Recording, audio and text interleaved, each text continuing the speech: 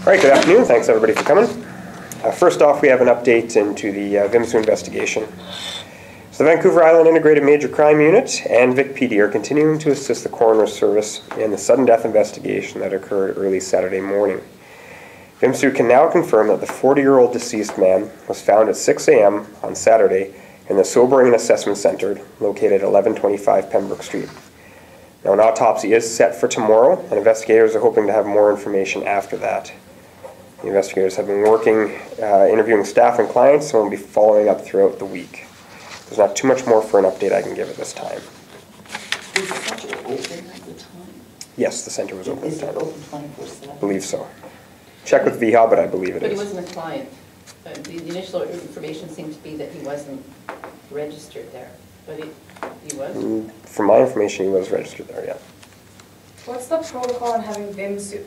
I mean, it's not a normal thing, is it? Why would they be called? Why would they attend? Well, anytime there's any circumstances that might be considered suspicious about a death, we certainly call in VIIMCU to make sure everything's taken care of. So that's why they were called out in this time. Was there any signs of trauma? No, there's no signs of trauma. I'm sorry, could you explain again why VIIMCU's involved? I didn't quite understand. Anytime there's anything that might be considered suspicious about a death, we make sure we call VIIMCU. And because it was sudden? Yeah. There's factors that they're investigating right now that did lead us to call out VIIMCU.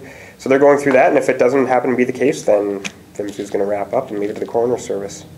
Why was there a reluctance to say where this person was found? Well, VIIMCU was busy interviewing staff and clients at the center at the time, so they didn't want any interruption with the investigation.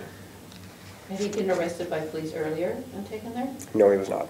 So there's no contact with police prior to this? No. Well, not that day, no. How do people usually get into the sobering center? You can check yourself into the sobering center. Okay. Yep. So this guy was, what, in treatment there, or he was in a waiting room, or he was in the parking lot? So what's meant by at the center? Well, they have, part of the center is the sobering center part of it, where you can check yourself in at night if you need shelter and you're intoxicated. So that's my understanding of where he was. So he had done that. He was checked in. That's my understanding, He was yep. in VIIA's care. Yes. Is he on police? Sorry? Is the 40-year-old on police? Yes, he is. All right, the next one I have is an update on the jewelry store robbery. We talked about this last week, but VicPD detectives are continuing to investigate a jewelry store robbery that occurred last Monday. We're now releasing surveillance footage of the robbery in hopes that the public can help us identify the suspect.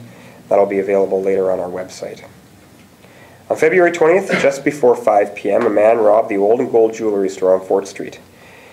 As you can see in the video, when it's released, the man threatened the store employee with what appears to be a handgun. He ordered the employee to unlock the display cabinets and loaded rings and other jewelry into a backpack. He was inside the store for approximately 2 minutes.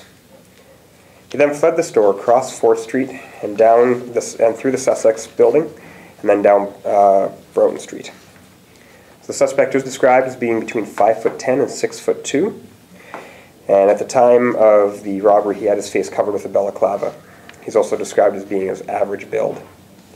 However, detectives do believe that 2 key pieces of evidence could help identify the suspect. The first is the shoes that the suspect is wearing.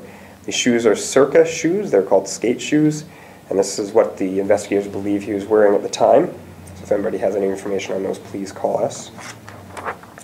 The other is an Echo Mercenary backpack. It's right here as well. So very distinctive markings on the backpack and the shoes.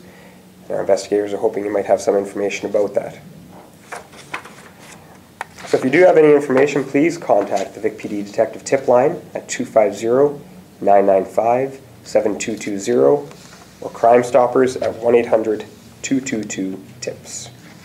And where are you releasing this video? Is it on your website? It'll be on our website once we get out of here. Yep, you just gotta push a button and away you go. Yep. All right. So next one, if you don't already know, it's Pink Shirt Day on February 29th, which is Anti-Bullying Day. So many of our officers will be wearing pink shirts in support of this event and the Boys and Girls Club of Canada. I have an example of the pink shirts that we'll be wearing this year. Right there. So the program's now in its 5th year, and VicPD is happy to lend its support. Our school liaison officers will work with teachers and staff of 25 different schools between Victoria and Esquimalt. We deliver the WITS program and the Friends for Life program with our school resource officers, and they also work directly with students to assist them with any concerns or problems they may have. So according to a recent study, 1 in 7 Canadian children aged 11 to 16 are victims of bullying. And Pink Shirt Day is a step towards changing people's attitudes towards bullying. It teaches young people that we need to be more accepting of others and differences that we may need, and that we might need to stand up for bullying. Stand up to bullying. Let's try that again. Children need adults to help stand up to bullying and help provide support if they are victims as well. It's not too late to purchase your tickets or purchase your pink shirts, and you can at any Boys and Girls Club, where the funds go directly to them for their programming.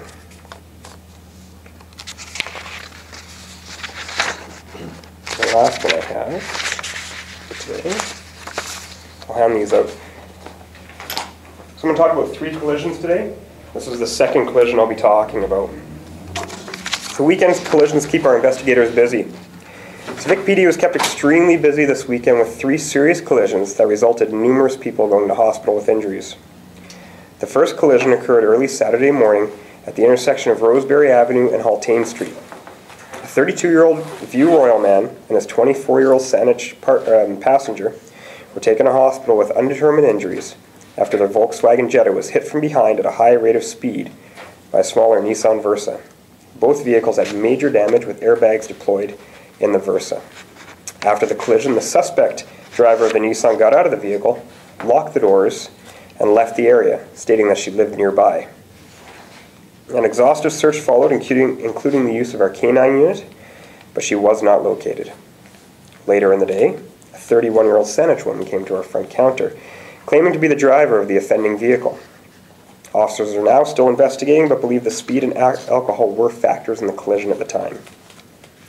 The second collision, the collision I passed around photos of, occurred in the 800 block of Rock Heights Avenue at about 2:30 a.m. on Sunday morning.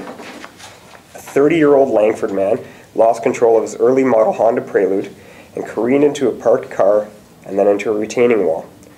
The force of the collision was so extreme that the majority of the car was destroyed, and a Esquimalt Fire and Rescue had to be called to extract the driver. VicPD's crash team was called out to analyze the scene, and the man was taken to hospital where he remains in intensive care. Investigators are now trying to determine if speed and alcohol were factors in that collision. The final major collision that we're investigating occurred in the intersection of Quadra and Finlayson Street at approximately 7:15 on Sunday morning. A 31-year-old Saanich woman suffered minor leg injuries when she struck a vehicle driven by a 26-year-old Kitimat man that blew through the red light at the intersection. The woman's Ford Explorer collided with the rear end of the smaller Mazda MX-3 after he failed to stop for the red light. Both vehicles suffered major damage, and the Mazda was actually tossed onto the curb. The driver was lucky to escape with no injuries. The man was issued at that time a ticket for disobeying a red light at an intersection, which carries a penalty of $167. And those photographs will be sent around with the release as well, if you need those for online or whatever.